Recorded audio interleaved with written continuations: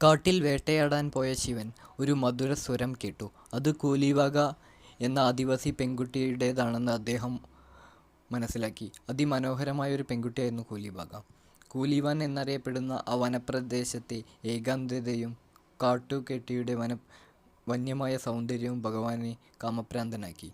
അവൻ തൻ്റെ ആഗ്രഹം കൂലിവാകയെ അറിയിക്കുകയും വേട്ട കഴിഞ്ഞ് മടങ്ങി വരുന്നതുവരെ കാത്തിരിക്കാൻ അവളോട് പറയുകയും ചെയ്തു. പാർവതി ദേവിയുടെ ഭക്തയായിരുന്ന കൂലിവാകയ്ക്ക് ഭഗവാനുമായി ഇണചേരുന്നത് ദേവിയുടെ കോപത്തിന് കാരണമാകുമെന്ന് മനസ്സിലായി.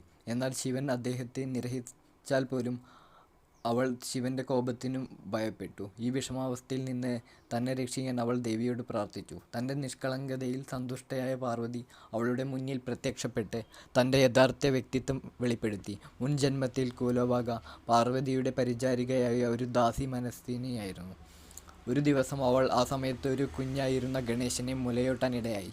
ഒരു ദാസൻ തൻ്റെ കുഞ്ഞിനെ മുലയൂട്ടുന്നതിന് പാർവതി വിസമ്മതിച്ചില്ല. ഒരു ചണ്ഡാല കുടുംബത്തിൽ ജനിക്കുമെന്ന് അവൾ മനസ്വിനിയെ ശപിച്ചു. പാർവതിയുടെ കോപം ശമിച്ചപ്പോൾ അവൾ മനസ്വിനിയോട് അനുകമ്പ തോന്നി. ചണ്ഡാലയായി ജനിച്ചാലും ശിവൻ്റെ മകനെ മുലയൂട്ടാൻ അവസരം ലഭിക്കുമെന്ന് ദേവി പാർവതി അവളെ അനുഗ്രഹിച്ചു. ശിവനുമായുള്ള കൂടിക്കാഴ്ച കൂലിവാകയോടുള്ള അദ്ദേഹത്തിൻ്റെ അഭിനിവേശവും സാധ്യമാക്കിയത് മുൻകൂട്ടി നിശ്ചയിച്ച വിധിയാണെന്ന് ദേവി പറഞ്ഞു. കൂലിവാകയുടെ രൂപം സ്വീകരിച്ച് ശിവനെ വഞ്ചിക്കുമെന്ന് അവൾ പെൺകുട്ടിയോട് പറഞ്ഞു. അത്തരമൊരു ബന്ധത്തിൽ നിന്ന് ജനിക്കുന്ന മകൻ ശക്തനായ അസുരനായ ജലന്ധരൻ്റെ ഘാതകനാകുമെന്ന് അവൾ കൂലിവാകയെ അറിയിച്ചു.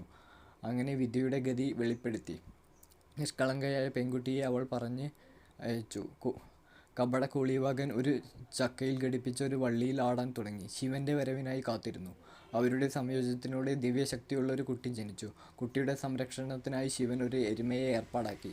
ചാത്തൻ എന്നറിയപ്പെടുന്ന ഈ ദിവ്യ ശിശുവിനെ കൂലിവാകയ്ക്ക് വളർത്താനായി നൽകി. അങ്ങനെ കൂലിവാക പാർവതിയുടെ അനുഗ്രഹം നിറവേറ്റിക്കൊണ്ട് ശിവൻ്റെ മകനായ ചാത്തൻ്റെ അമ്മയായി. ചാത്തൻ കൂലിവാകയോടൊപ്പം 7 വർഷത്തോളം താമസിച്ചു. നിരവധി അപകടങ്ങളിൽ നിന്നും തങ്ങളെ രക്ഷിച്ച ആ ആൺകുട്ടിയെ ആദിവാസികൾ സ്നേഹിച്ചു. അവൻ എൻ്റെ എരുമയുടെ പുറത്ത് സവാരി ചെയ്തും മേഴര എന്നറിയപ്പെടുന്ന ഒരു സംഗീതോപകരണം വായിച്ചും കാട്ടിൽ സഞ്ചരിച്ചു. അദ്ദേഹത്തിൻ്റെ 7ാം പിറന്നാളിൽ ഗോത്രവർഗ്ഗക്കാർ അദ്ദേഹത്തിൻ്റെ ബഹുമാനാർത്ഥം ഒരു വിരുന്ന് നടത്തി. വിരുന്നിനിടെ നാരദ മഹർഷി സ്വയം വെളിപ്പെടുത്തി.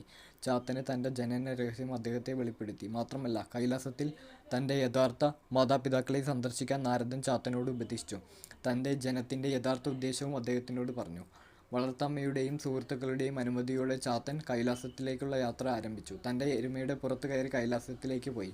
കൈലാസത്തിലേക്ക് എത്താൻ ഒരുങ്ങുമ്പോൾ നന്ദികേശൻ ഇന്നത്തെ രൂപത്തിൽ കൈലാസത്തിൽ പ്രവേശിക്കാൻ അനുവദിക്കില്ലെന്ന് അയാൾക്ക് മനസ്സിലായി. അങ്ങനെ അദ്ദേഹം ഭഗവാൻ വിഷ്ണുവിൻ്റെ രൂപം സ്വീകരിച്ചു. മകനെ കണ്ടപ്പോൾ ശിവനും പാർവതിയും വളരെ സന്തോഷിക്കുകയും മകനെ കെട്ടിപ്പിടിക്കുകയും ചെയ്തു.